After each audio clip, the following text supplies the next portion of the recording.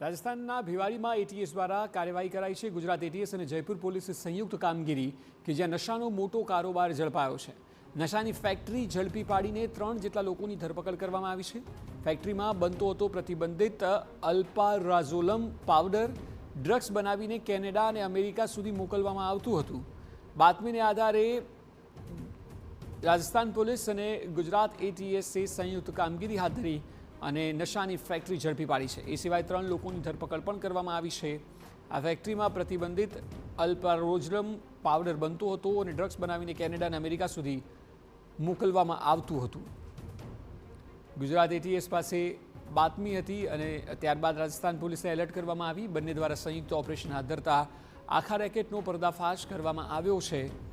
આ મામલે આખા દેશ વ્યાપી એક નેટવર્ક હોઈ શકે છે તેવી સંભાવનાઓ વ્યક્ત કરવામાં આવી છે। જોવું રહ્યું કે હવે આ 3 જણની પૂછપરછમાં શું નવા ખુલાસાઓ આગામી દિવસોમાં થાય છે।